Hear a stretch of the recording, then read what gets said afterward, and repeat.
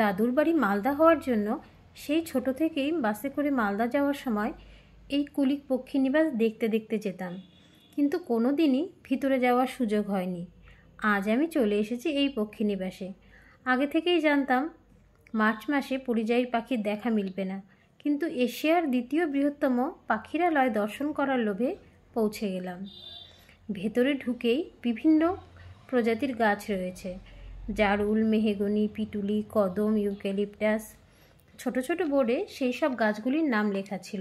এছাড়া টার্কি, বিরল প্রজাতির নীলগাই দেখি, কিন্তু ফটো তোলা মানা ছিল, তাই আর সেই দুঃসাহস করিনি।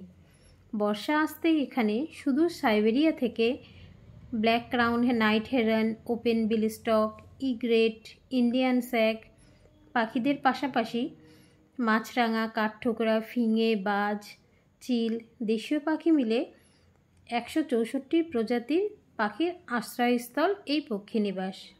শান্ত পরিবেশে বনের সৌন্দর্য উপভোগ করার জন্য এর থেকে ভালো জায়গা হয়তো কিছু হয় না।